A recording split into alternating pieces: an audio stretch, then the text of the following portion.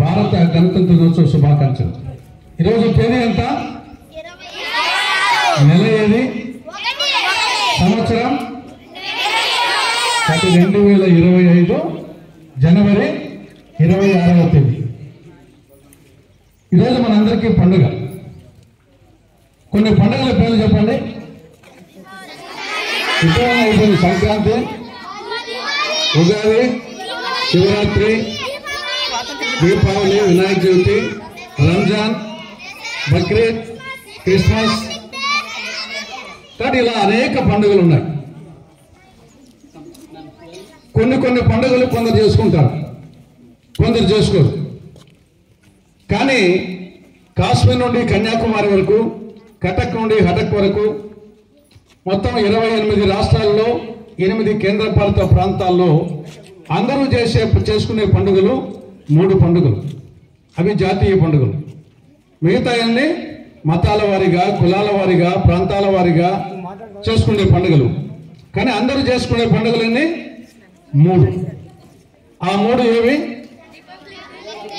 ఒకటి డే, రెండవది republic day, మూడవది జాతిపిత గాంధీ జయంతి. ఒకటేమో ఆగస్టు 15, రెండవదేమో జనవరి 26, మూడవదేమో అక్టోబర్ 2. ఈ 3 జాతీయ పండుగలు అందరు చేసుకుంటారు.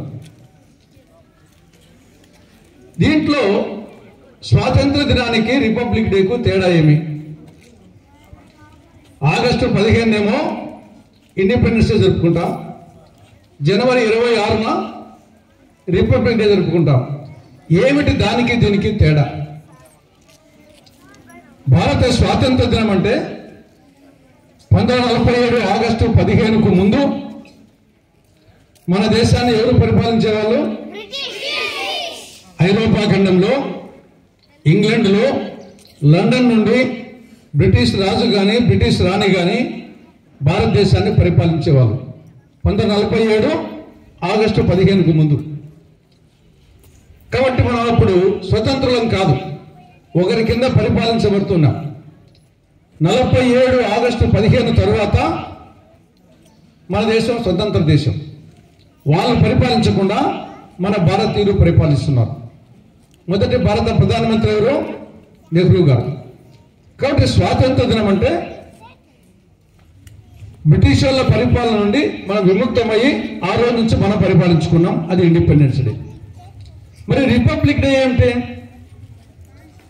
రిపబ్లిక్ డే అంటే మనం ఏ విధంగా పరిపాలించుకోవాలనే దానికి ఒక పుస్తకం రాశారు పెద్దలు. ఆ పుస్తకం అమల్లోకి వచ్చింది. అంటే మీకు కూడా పుస్తకాలు ఉంటాయి కదా, సైన్స్, సోషల్, మ్యాథ్స్, ఇంగ్లీష్. ఆ పుస్తకాల్లో మీకు అధ్యాయాలు, పాఠాలు ఉంటాయి. మీకు ఆ పుస్తకాల్లో ఉండిందానే పరీక్షలు వస్తాయి.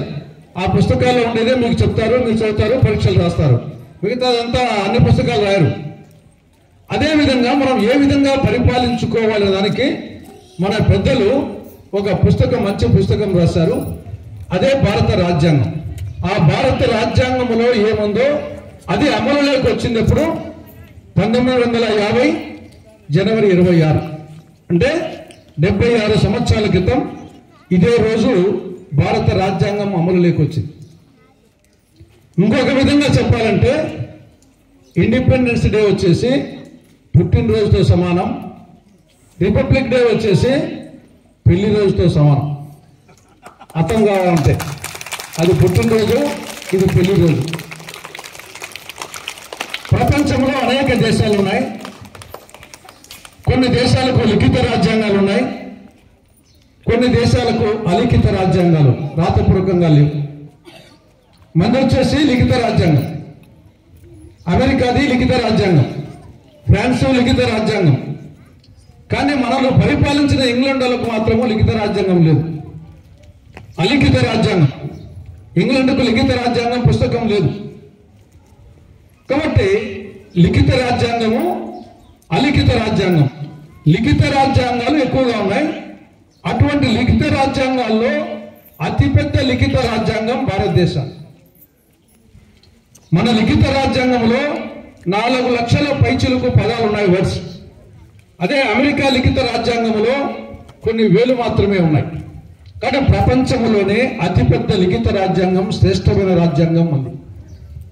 ఎందుకు శ్రేష్టమైన రాజ్యాంగం అన్నామంటే 76 సంవత్సరాలుగా కొన్ని సవరణలు చేశామే కానీ 106 సవరణలు, కానీ రాజ్యాంగం మాత్రం అదే. కానీ అదే సమయంలో మనకు పాకిస్తాన్కు ఒకేసారి స్వాతంత్రం వచ్చింది. పాకిస్తాన్లో ఇది 6వ రాజ్యాంగం. 5 సార్లు మొత్తం రాజ్యాంగాలనే మార్చేశారు. ఇది 6వ రాజ్యాంగం.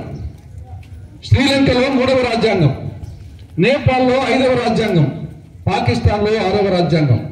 కానీ భారతదేశంలో 76 సంవత్సరాలుగా ఒకే రాజ్యాంగం నడుస్తూ ఉంది కొన్ని సవరణలతో. కాబట్టి ప్రపంచంలోనే శ్రేష్టమైన అతిపెద్ద లిఖిత రాజ్యాంగం మన రాజ్యాంగం. మన రాజ్యాంగం 448 ఆర్టికల్స్, 25 విభాగాలు, పార్ట్స్, 12 షెడ్యూళ్లతో కూడినటువంటి రాజ్యాంగం అని. ఇందులో ప్రధానంగా ఇది ఒక రాజ్యాంగ సౌధం అనుకుంటే ఒక మేడ, ఒక భవనం. ఆ రాజ్యాంగ సౌధంలో మనం 141 కోట్ల మంది నివసిస్తామనుకుంటే ఈ రాజ్యాంగ సౌధం 4 స్తంభాల మీద 4 దూలాల మీద నిర్మించబడింది. ఆ 4 స్తంభాలంటే 1 ప్రజాస్వామ్యం, 2 లౌకికవాదం, 3 సామ్యవాదం, 4 గణతంత్ర రాజ్యం, మధ్యలో ఉండే పెద్ద పిల్లలు సర్వసత్తాక రాజ్యం. కాబట్టి 4 స్తంభాలు, మధ్యలో ఒక పెద్ద స్తంభం. ఒకటేమో ప్రజాస్వామ్యం, డెమోక్రసీ, రెండవదేమో లౌకికవాదం, సెక్యులరిజం, మూడవదేమో సామ్యవాదం, సోషలిజం, నాలుగవదేమో గణతంత్ర రాజ్యం, రిపబ్లిక్, మధ్యలో ఉండే పిల్లర్ సావరింటీ, సర్వసత్తాక రాజ్యం. ఒకరి కింద ఉన్నాం మనమే స్వతంత్రులం. అదేవిధంగా 4 దూలాల మీద నిర్మించబడింది. 4 స్తంభాలు, మధ్యలో ఒక పెద్ద పిల్లరు, 4 దూలాలు. ఏమిటా 4 దూలాలు? దూలాలంటే తెలుసా? పాత మిద్దెలు ఉంటాయి, ఇప్పుడు కొత్త మిద్దెలు. దూలాలంటే బీమ్స్. అవి 1 న్యాయం, 2 స్వేచ్ఛ, 3 సమానత్వం, 4 సౌభ్రాతృత్వం. ఈ 4 బీమ్స్ మీద, దూలాల మీద ఆధారపడింది. స్వేచ్ఛ, న్యాయం, సమానత్వం, సౌభ్రాతృత్వం, justice, liberty, sovereign, fraternity, equality. ఈ 4 దూలాల మీద ఆధారపడి మన రాజ్యాంగం నిర్మించబడింది. కాబట్టి ఈ దూలాలు, స్తంభాలు పటిష్టంగా ఉన్నంత వరకే ఈ సౌధం పటిష్టంగా ఉంటుంది. ఆ సౌధం పటిష్టంగా ఉన్నంత వరకే అందులో నివసిస్తున్న 141 కోట్ల భారతీయులు పటిష్టంగా ఉంటారు. కాబట్టి భారత రాజ్యాంగాన్ని పరిరక్షించుకోవాల్సిన బాధ్యత మనందరి మీద ఉంది. అందుకోసం ప్రతి సంవత్సరం ఈ రోజున జనవరి 26న ఒక పవిత్ర దినంగా భావించి మన బాధ్యతలను గుర్తు చేసుకునే దానికోసం భారత ప్రభుత్వం దీన్ని ఒక జాతీయ పండుగ ప్రకటించడం జరిగింది. ఆ సందర్భంగా మనందరము సమావేశమై ఈ కార్యక్రమాలు చేసుకుంటున్నాం. కాబట్టి భారత పౌరులు, మీరందరూ భారత పౌరులు. కాబట్టి భారత రాజ్యాంగం గురించి తెలుసుకోవాల్సిన అవసరం ఉంది. మీ ద్వారా ఈ భారత రాజ్యాంగ సౌధం పరిరక్షించబడాలి. మీ ద్వారా భావితరాల వారు వాళ్ళ భవిష్యత్తు వచ్చేసి భారతీయుల భవిష్యత్తు ఫలప్రదం, శుభప్రదం, జయప్రదం కావాలి.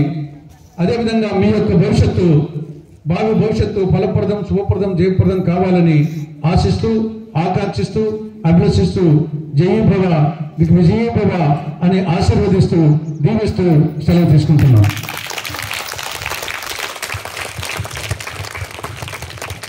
Thank you so much, sir, for all your blessings.